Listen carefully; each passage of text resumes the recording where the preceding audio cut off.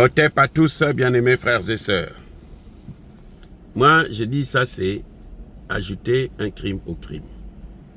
Ce que Donald Trump est en train de faire avec nos frères et sœurs d'Haïti.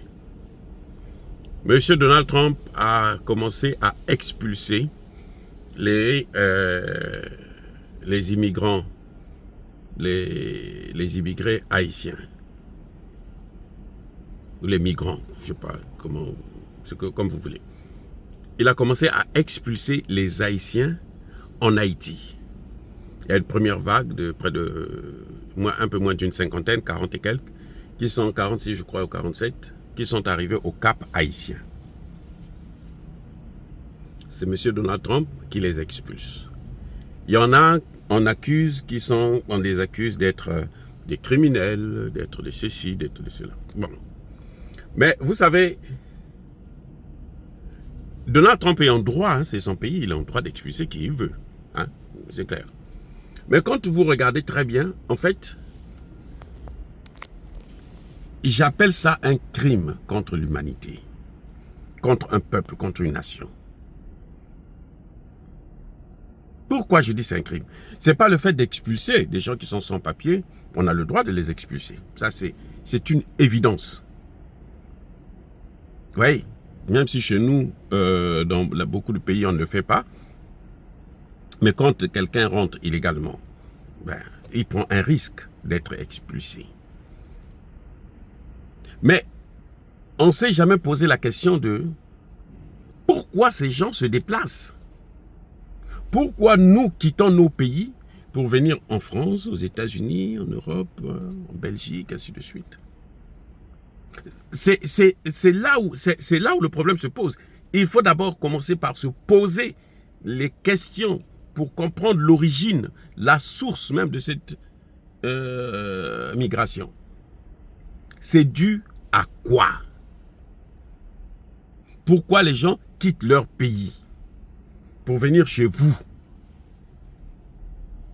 Alors que nos parents, nos grands-parents, il fallait, à peine si on les attachait par la corde au cou. D'ailleurs, les esclaves, c'était comment? C'était la corde au cou, non?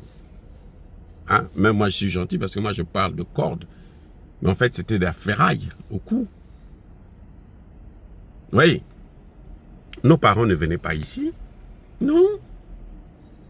Non. Je sais que même quand il y avait, par exemple, des bourses au Congo-Brazzaville,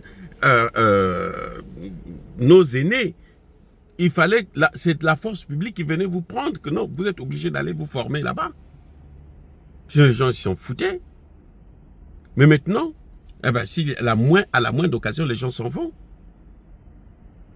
Il y a quelque chose qui a changé entre-temps. Il y a un élément qui est là, qui déclenche ce genre de migration. Et quand on comprend cet élément, c'est là où on peut qualifier de crime, de la méchanceté. C'est-à-dire que vous venez, vous mettez le feu dans un pays. Et les survivants essayent de chercher des moyens pour partir. Ils s'en vont un peu dans tous les sens. Et puis là où ils arrivent, il y a des gens qui vont penser, qui leur disent que non, non, non, vous savez, vous n'êtes pas les bienvenus ici, on les prend, on les attache, on les amène. Haïti aujourd'hui est livré aux gangs. C'est-à-dire que c'est un pays qui est gouverné par des gangs. Je suis gentil quand je dis c'est gouverné, puisque c'est pas gouverné. Hein? C'est pas gouverné. Il n'y a pas de gouvernement. C'est la jungle totale. Question, qui est à l'origine de cette situation? Vous allez me dire, oh, vous accusez toujours les Occidentaux. Non. Pourquoi on n'accuse pas les Chinois? Pourquoi on n'accuse pas les Russes? Ceux qui accusent les Russes et les Chinois d'être à l'origine du malheur de l'Afrique ou des Noirs d'Haïti, là, ce sont les plus gros malhonnêtes qu'on n'a jamais vus dans l'histoire de l'humanité. Pourquoi on n'accuse toujours que les mêmes Occidentaux? États-Unis, Canada, France, notamment pour ce qui concerne Haïti. Ce sont les trois pays. Ce sont les trois pays. Vous comprenez? Ce sont ces trois pays qui sont en train de foutre le bordel, qui ont mis le feu en Haïti. Les gangs sont là, gouvernent. Les armes que ces gangs utilisent, ce sont des armes américaines. Je répète, les armes que ces gangs utilisent, ce sont des armes américaines.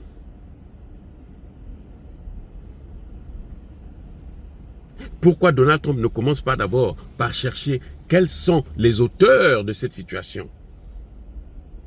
Quels sont les Américains? Parce que les Haïtiens, ça c'est leur problème. Quels sont les Américains qui ont comploté au niveau étatique surtout pour que la situation soit trouble aujourd'hui comme elle est en Haïti? Je crois que ça dit que c'est une logique.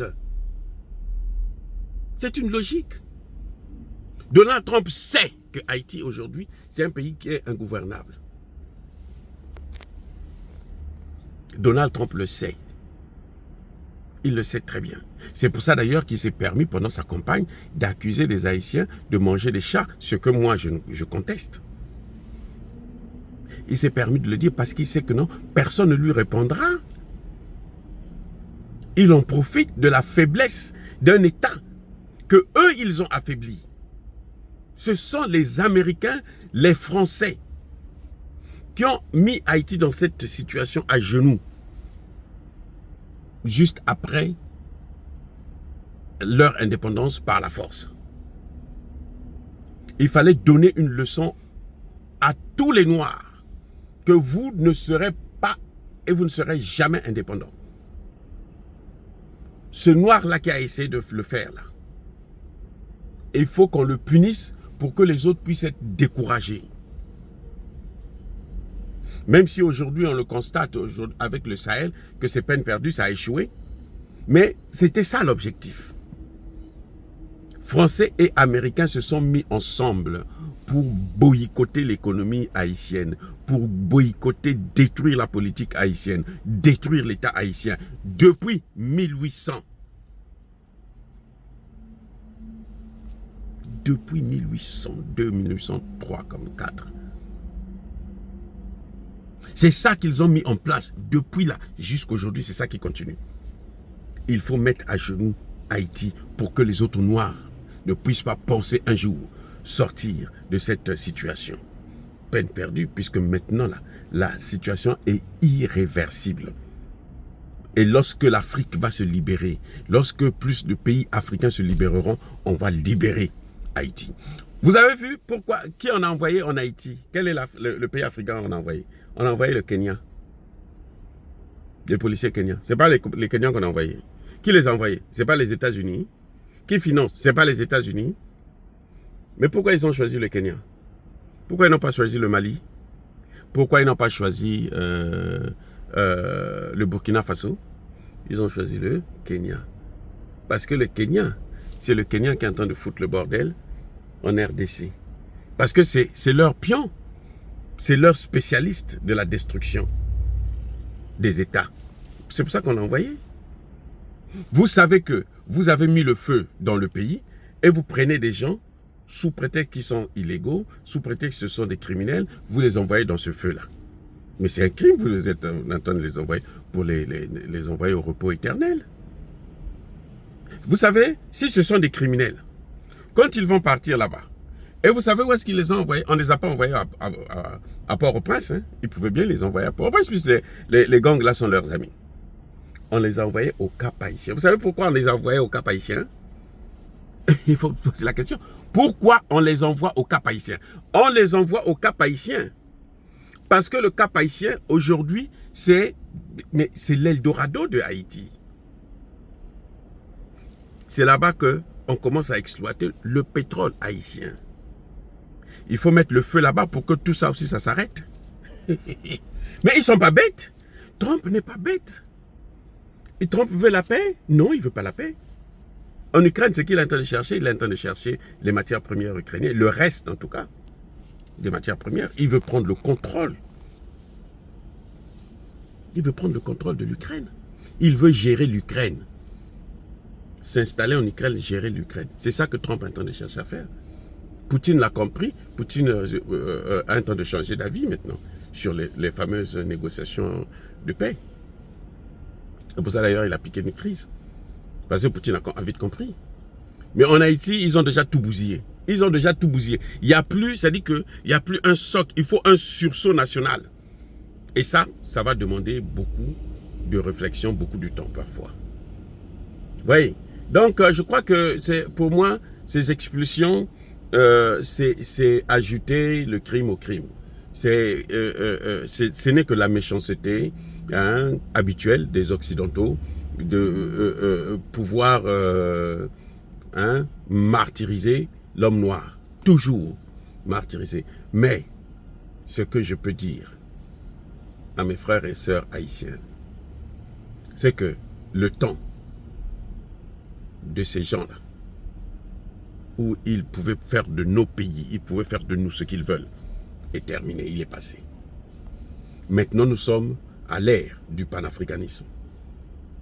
Et le panafricanisme, ça concerne aussi tous les pays des Caraïbes, y compris Haïti. Et on va s'en sortir tous ensemble. Un peuple, le peuple noir, s'en sortira tous ensemble. Ils ont encore des poches de résistance, des gens qui continuent à tirer à U et à Dia pour que nous, on ne puisse pas libérer l'homme noir.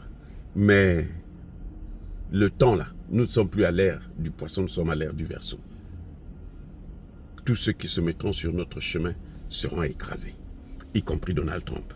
Il faut qu'il arrête avec ça lui-même, avant que le Dieu qui nous a créé là, le Tout-Puissant là, puisse l'arrêter. L'hypocrisie qu'il a fait avec les autres là, ça ne nous regarde pas. Ça ne nous regarde pas. Trump, avant d'expulser les Haïtiens en Haïti, devrait d'abord mettre de l'ordre en Haïti parce que c'est un Américain, un président américain. Ce sont des présidents américains qui se sont succédés depuis le début, l'indépendance d'Haïti, qui ont passé tout leur temps à boycotter tout ce qui concerne Haïti jusqu'à aujourd'hui. C'est pour ça que ce pays est dans cet état.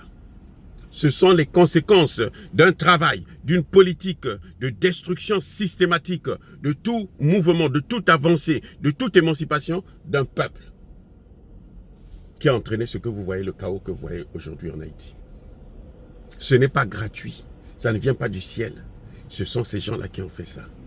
Mais maintenant, leur temps est arrivé, c'est fini, parce que l'Afrique doit s'émanciper. Soyez bénis, soyez abondamment bénis par le Dieu de Kémit et par nos ancêtres angélisés. Je demande beaucoup de courage à tous ces jeunes, petits ou grands qui ont été expulsés vers le Cap haïtien, de garder l'espoir parce que Haïti ne tombera pas.